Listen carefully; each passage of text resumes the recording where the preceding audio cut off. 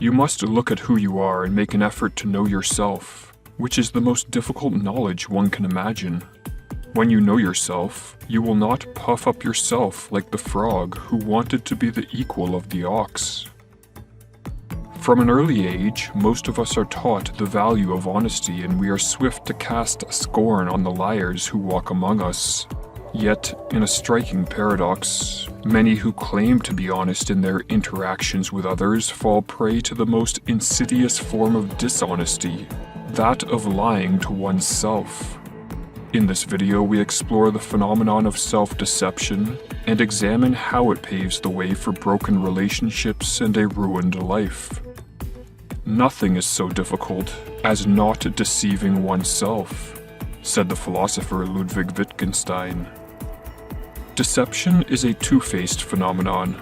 On the one hand, there is explicit lying, where we tell a lie to another person but know that we are lying.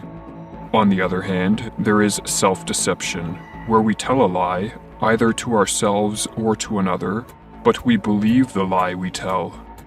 It is easy to understand why people tell explicit lies, for even if immoral, an explicit lie can help us to evade responsibility, avoid difficult confrontations, or gain the favor of another. But why do we lie to ourselves?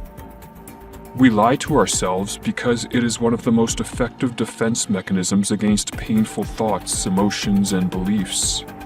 Whether mental pain is triggered by a sense of personal inadequacy, feelings of inferiority, self-loathing, guilt, or shame, self-deception helps us escape these feelings. Self-deception also reduces the mental discomfort that accompanies cognitive dissonance. Or as Carol Tavris and Elliot Aronson write in Mistakes Were Made, but Not by Me. The engine that drives self-deception, the energy that produces the need to justify our actions and decisions, especially the wrong ones, is the unpleasant feeling called cognitive dissonance. Cognitive dissonance is a state of tension that occurs when a person holds two cognitions, ideas, attitudes, beliefs, or opinions that are psychologically inconsistent with each other, such as smoking is a dumb thing to do because it could kill me, and I smoke 2 packs a day. Dissonance produces mental discomfort that ranges from minor pangs to deep anguish. People don't rest easy until they find a way to reduce it. Cognitive dissonance is pervasive in the human experience. For example, it arises if we have harmed another but believe ourselves to be good. It will be triggered if we are stuck in a dead-end job, yet believe we are smart and capable, or it may emerge if we think we are a person of value but are in a relationship with an abusive or disloyal partner. To reduce the cognitive dissonance triggered by situations like these, we can take healthy actions that address the root cause of our mental anguish. We can apologize for a wrong done to another, we can cultivate skills that make a new career possible, or we can end a toxic relationship. But taking these constructive steps often requires courage, discipline, and hard work. And so, the easy way out of resolving our dissonance with self-deception can prove tempting. We can tell ourselves that the other person deserved the wrong we did to them, that our dead-end job provides us with security, or that our relationship isn't toxic as we deserve our partner's anger.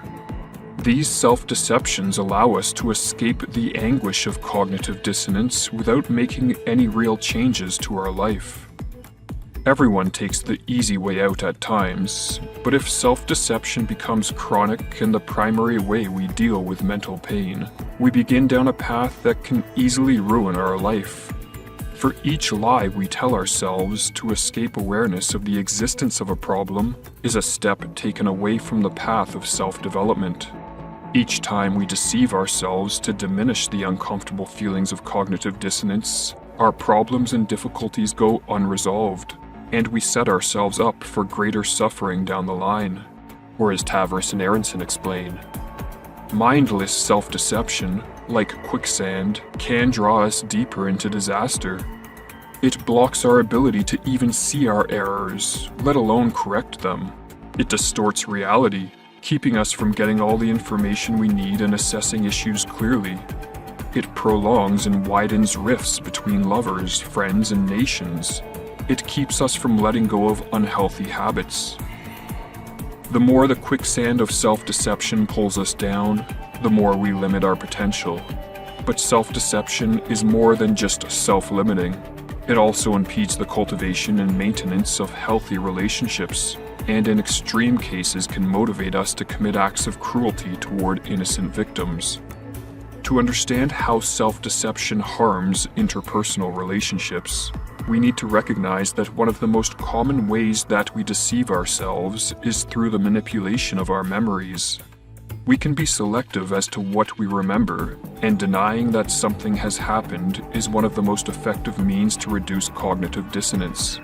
For example, if we have wronged someone and feel guilty about it, instead of apologizing and making amends, we can deny that the event ever happened. Or as Nietzsche put it, "I have done it," says my memory. "I cannot have done it," says my pride, and remains inexorable. Finally, the memory gives way. Manipulating our memories to deceive ourselves goes further than mere denial of a memory. Many people will go as far as to create false memories to diminish mental pain and to resolve cognitive dissonance. For example, if cognitive dissonance is triggered by the contradictory beliefs that A, we are a smart and capable person, and B, our life is a mess, we have a few options to quell the mental anguish of our cognitive dissonance. We can take the steps to straighten out our life, or we can blame our current situation on events of the past, and even if our past wasn't bad enough to excuse our current problems, we can deceive ourselves with false memories to convince ourselves it was. With false memories, we can turn our past into a horror show of abuse, trauma, and cruel twists of fate that makes our current life situation not a disappointment, but an accomplishment, given what we tell ourselves we went through. Or as Tavris and Aronson explain in Mistakes Were Made, but Not by Me. Why would people claim to remember that they had suffered harrowing experiences if they hadn't? Especially when that belief causes rifts with families or friends. By distorting their memories, these people can get what they want by revising what they had. And what they want is to turn their present bleak or merely mundane lives into dazzling victories over adversity. Memories of abuse also help them resolve the dissonance between "I am a smart, capable person" and "my life sure is a mess right now," with an explanation that makes them feel better about themselves and removes responsibility. Another way self-deception harms relationships was identified by Fyodor Dostoevsky. In his book Demons, one of the characters, Fetka the convict, observes how the protagonist, Pyotr Stepanovich, invents a man and then lives with him.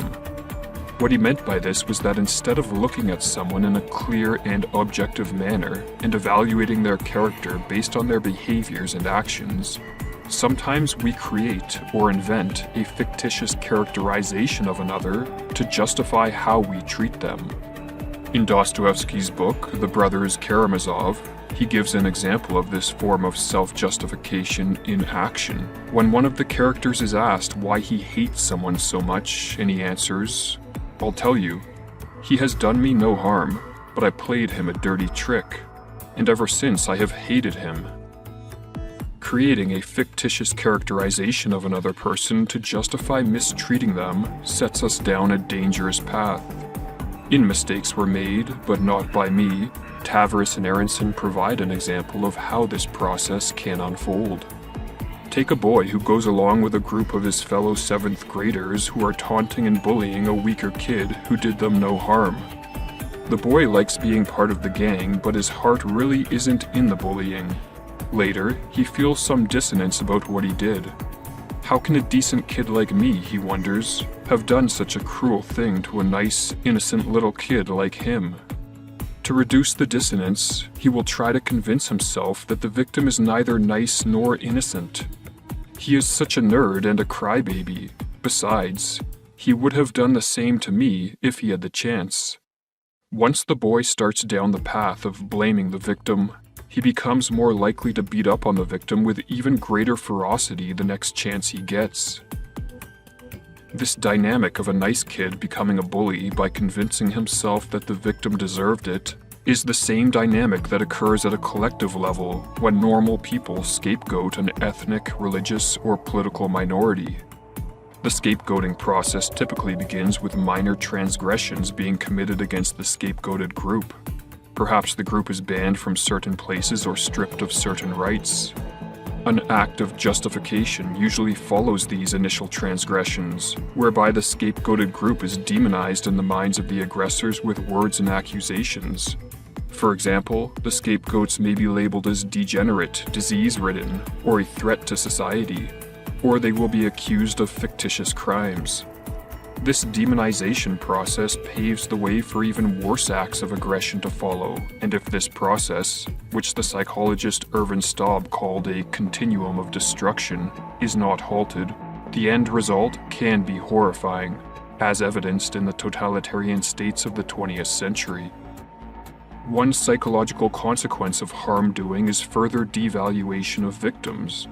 People tend to assume that victims have earned their suffering by their actions or character, explained Ervin Staub.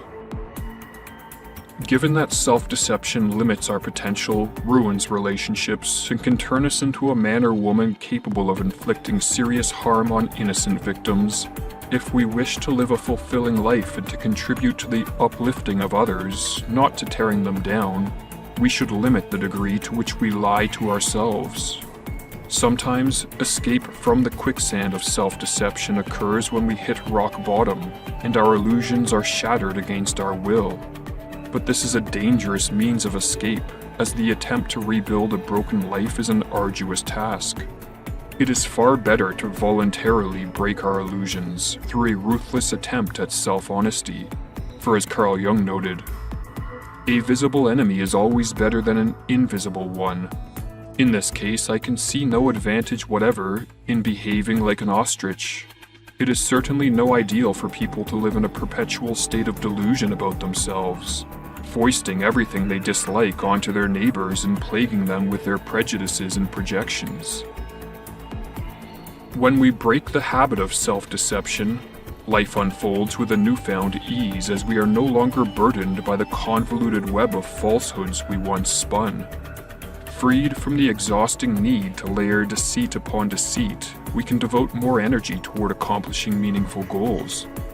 When we stop lying to ourselves about how we treat others, we cease sabotaging our relationships, and we avoid the perilous path of scapegoating.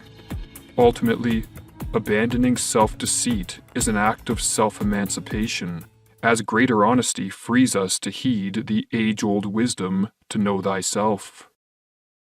"To this day I have deceived others and myself," wrote Anton Chekhov. "I have suffered for it, and my suffering was cheap and vulgar. I'm glad that I see my faults clearly, that I am conscious of them. This will help me to reform and become a different man." Thanks for watching. Remember to like and subscribe, and for exclusive rewards check out our Patreon page.